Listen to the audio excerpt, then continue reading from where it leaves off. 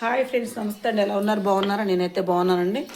ఈరోజు 1 కేజీ అరిసెలు వండుకుందాం ఆలోచనతో 1.5 కేజీ బియ్యం చేస్తాను. ఇదిగోండి, ఈ విధంగా బెల్లం వడపోసేసాం.